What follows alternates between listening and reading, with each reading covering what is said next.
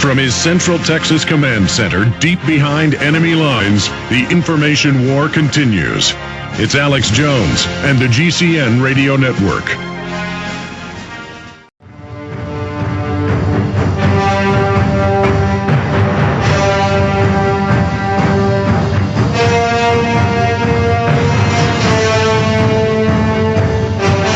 We are live, ladies and gentlemen. Thank you so much for joining us on April 15th. This is when, for the last 94 years, you pay your income taxes to the private run-for-profit Federal Reserve, all on interest of the debt. Now $12.8 trillion they've stolen in the last 6 months in a bipartisan heist that's going on. They have us all confused with a false left-right paradigm. That's how they control us. We are trying to break the people out of this and get back to liberty versus tyranny. And we are simulcasting with one of the most popular, quote, progressive or liberal talk show host in the country, Thom Hartmann, syndicated across the country. Mr. Hartmann, it's good to have you with us. Hey, Alex Jones, how are you? I am good. You are very loud. I am very loud. Okay, well, I certainly heard that. Hey, listen, it's good to have you here, but why don't you just go ahead and start the interview off here? Okay, well, it's not so much an interview as a simulcast. We're going to do our shows together here, right? Absolutely, but I'm going to let you have the opening salvo here because okay, I'm literally shirtless here after just writing a huge income tax check to the private bankers who are bringing in the world government and publicly announcing it. Yeah, well, I was just talking about my concern that Barack Obama is in his speech yesterday was talking about how if we give money to banks, every dollar to a bank produces $8 to $10 in loans, whereas if we give a dollar to individuals, it's only $1. And I'm very concerned that he's under the sway of the Geithners and the Summerses of the world, and he's going down the Bill Clinton road. But that's a separate thing. Alex Jones, you have a new DVD out. It's called The Obama Deception. And people can find it over at your website, INFOWARS.com and PrisonPlanet.com and what, AlexJones.com? Which one do you want to? No, it's just INFOWARS.com or PrisonPlanet.com. And by the way, if you just Google the Obama deception, there's a couple of cruddy Google versions, but go to YouTube. It'll say Obama deception high quality. It's like the third or fourth link. It's got about 1,400,000 views or so. That's the best free copy I've seen on the web. So I would just tell your listeners, please don't believe me. I cut my teeth, going after Clinton. I was called a right-winger. Then I went after Bush because he was violating the Constitution. And I was called, a communist. They said I secretly worked for Al-Qaeda. I mean, literally, I worked for George Soros, they said. And then we get Barack Obama in. They're now saying I'm a right-wing fascist Nazi in league with Hitler. And so I want people to actually see the film because it's what you just brought up.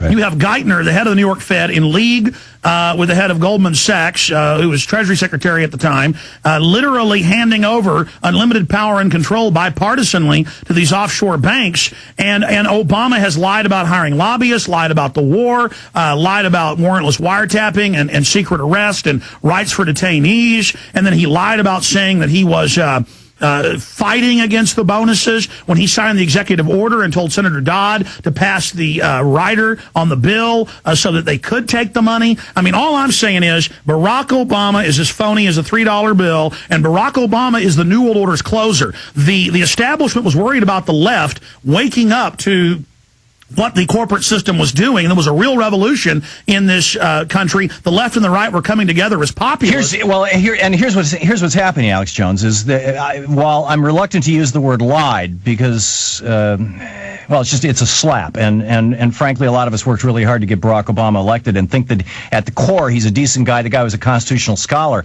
I was shocked when a constitutional scholar voted for FISA. I was shocked when the list of things of what you described as lies is accurate to the best of my knowledge. And now with Bagram, and his administration is saying, oh yeah, we can detain people forever with no habeas corpus, just not at Guantanamo. We just move them to Bagram. And I'm like, wait a minute, this isn't what I voted for. On the other hand, and I think that there's a number of areas where you and I probably have shared what folks outside of our respective circles might refer to as conspiracy theories. There are others where I'm sure we differ. But for example, you set up your movie with this thing about the Bilderberg Group, and yet you're going on Fox News, which is you realize Rupert Murdoch has shown up at Bilderberg meetings. Sir, I mean, I go on your show. I go on. Okay, all right. I mean, I go on Iranian TV. And by the way, point made. But what I'm saying is that this isn't a secret conspiracy. The conspiracy is right out there for everyone to see. They're rubbing our faces in it. It doesn't require a bunch of people sitting in a closed room to plot the future of the world. They're doing it right out in front of us. This whole thing, my biggest concern, frankly, is the Federalist Society. This right-wing group that has taken over our courts, that believes that corporations should have the same rights as persons. Well, absolutely. Look, they've co-opted and control the right, as you know. And now they're trying to co-opt these Tea Parties. These Tea Parties have been going on for a year or longer. 9/11 Truth actually started the Tea Parties, and you had liberals, conservatives really fusing together as constitutionalists, people that wanted liberty. And then we see a clear operative. I mean, there's no doubt. I've seen him going off scripts. Mr. Becky coming out now trying to co-opt the local neocon host, who are totally discredited in every city. It came out that over 1 million Iraqis died. It came out they lied about WMDs. It came out that they were for the police state and even gun control. And so conservatives have... The Bush administration. Yes, the Bush administration. Yeah. So they've all basically left the Republican Party. And so the Republican Party is trying to latch on. That's what Fox News and others are doing. Right, so they're phony populists. They're phony populists. I mean, you got Dick Armey out there. Dick Armey, who is a lobbyist, right, for the interests of the very wealthy and powerful in this country. He's a lobbyist for pharmaceutical companies. I went through the list earlier.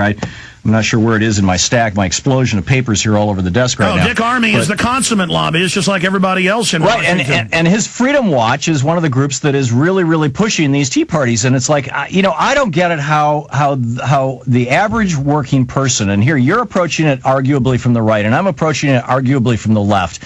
And yet I think that there are a variety of areas where Americans are being asked to say that they're right or left, being asked to define themselves as Republicans or Democrats, when neither party is addressing their interests in many real ways.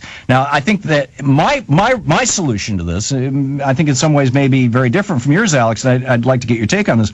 My solution to this is that we infiltrate the political parties. I mean, if you and I wanted to take over NBC, we'd have to have hundreds of billions of dollars. No way we could do it. But the Republican Party and the Democratic Party are both standing out there with enormous power and levers of power and millions of dollars, and they're standing out there saying, please show up and volunteer for the meetings.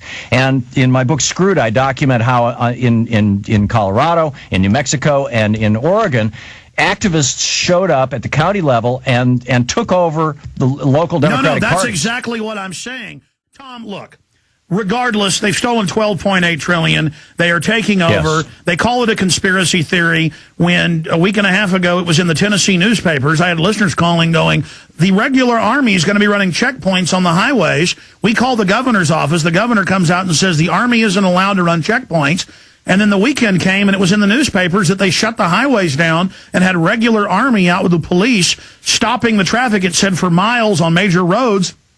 Yeah, and this is a clear violation of posse comitatus, and it blew my mind when I think it was the John Warner Defense Appropriation Bill during the Bush administration that they blew up posse comitatus. Yes. Let me just and again, this is something that I think people on the left and on the right should be equally furious about, is that our Constitution is being eviscerated, and it's not your new DVD, The Obama Deception. I mean, you actually, I think in some ways I would challenge you as being somewhat disingenuous, because you start out with crimes of the Bush administration, not the Obama administration, and there are your 10-point thing at the end where you say that he's using the global warming hoax to tax carbon. Global warming's not a hoax, I would argue, and we can debate that, although it will probably take hours but the thing about using troops here in the United States, I mean they just create this again. This was the Bush administration. They started the AmeriCom, a U.S. Central Command. Yeah, Northcom. Yeah, Northcom. That freaks out everybody. Now, Tom, here's the issue.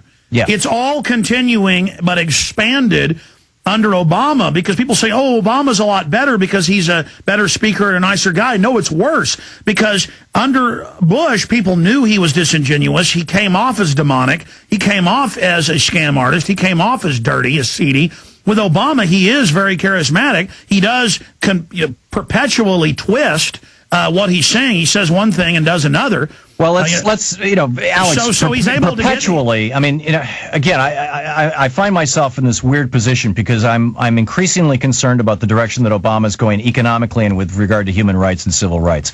And at the same time, I think that he's doing some other good things. And these are areas again where probably you and I disagree. In your movie, you say he's going to put into place a draft of national service, and in fact, he's talked about that. Actually, Rahm Emanuel has talked about it more explicitly.